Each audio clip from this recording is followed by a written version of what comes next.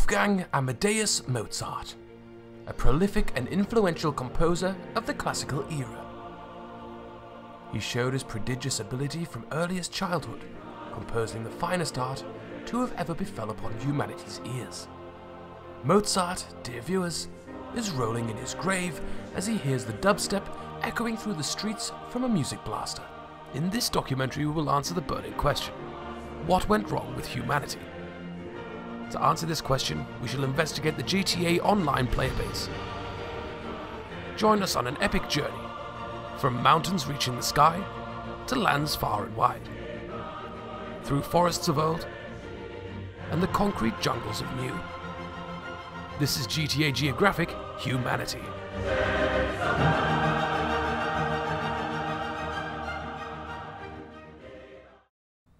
Welcome back to the GTA Geographic Humanity series. In this documentary, we will investigate how the various different creatures in Los Santos interact with one another. If you haven't seen part 1 of the documentary yet, I recommend giving it a watch. Before you do so, make sure you have the following items: a pile of wood, a fireplace, a butler, and of course, all the recipes for the finest gin and tonic. Ignite the fireplace with the wood. Ask the butler to prepare the gin and tonic, and lean back in your chair and allow us, the GTA Geographic team, to take you on a journey into the wild. On our journey, we have made it to the very edge of the city. We've seen many interesting creatures and had some dangerous encounters. The Tryhard, who was stalking a group of bikers, the Hydra diving down from the heavens to have a bite of the Noob, the Grinder outrunning the police, amongst many others. But we get ready to move on. But what is that on the streets coming at us at an insane velocity? Oh my, it's the Racer. The Racer is a very common breed of GTA Online player. By nature, it's not an aggressive player, but it is a highly competitive one.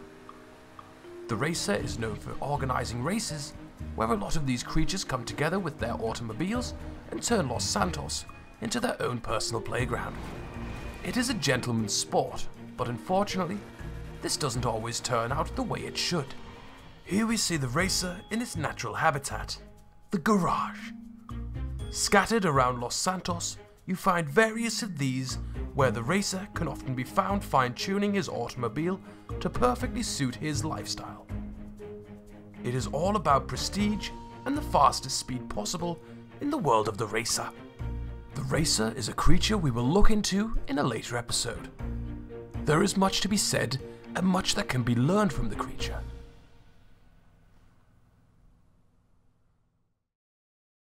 For now, we set foot into the city of Los Santos. Behold, Los Santos, a melting pot of people from all different standings. The place where all creatures at some point in their day meet. It is bustling with activity. Just look over there.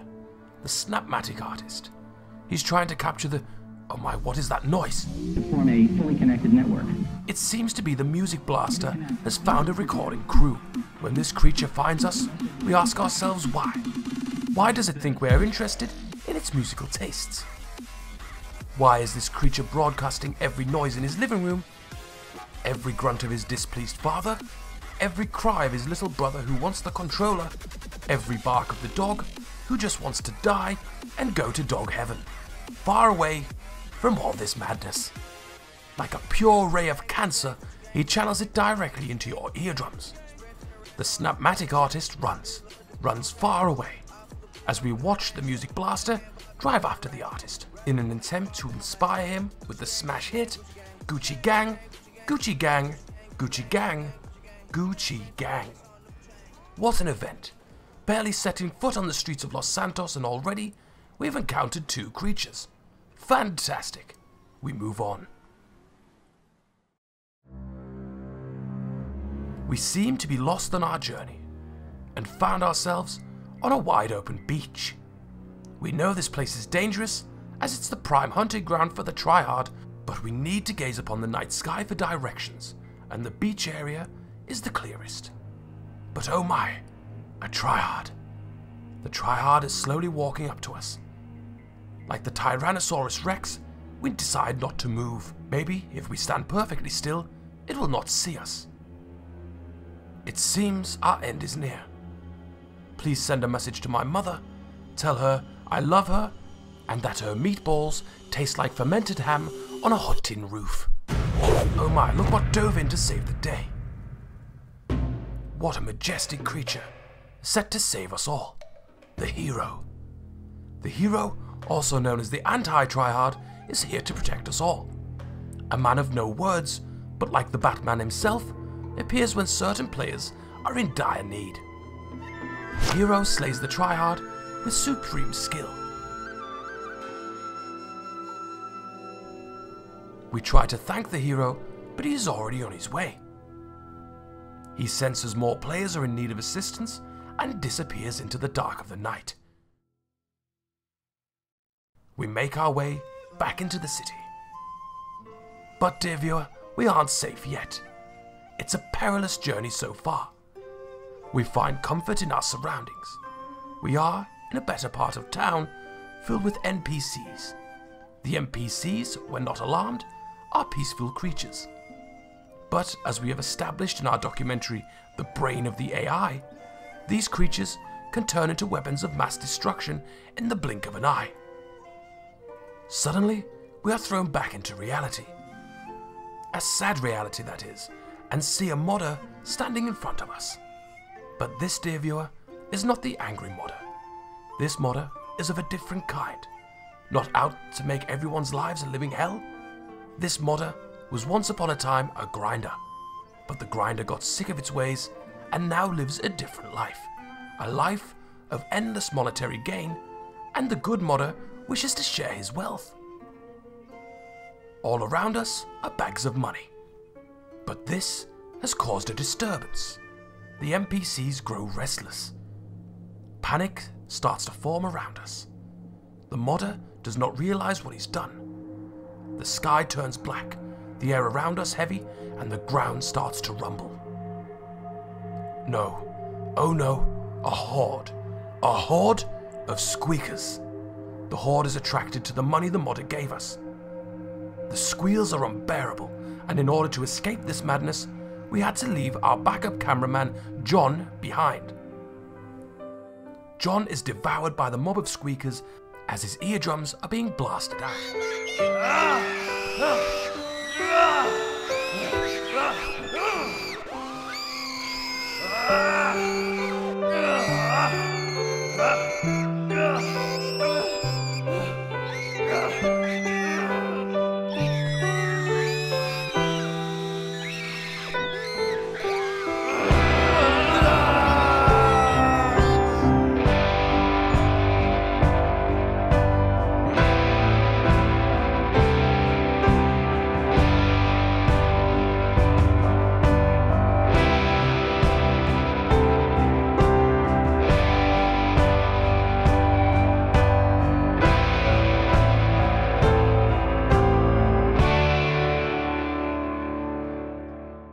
Heartbroken, we return to the GTA Geographic office with the footage we've gathered. Here we see director Sonny Evans.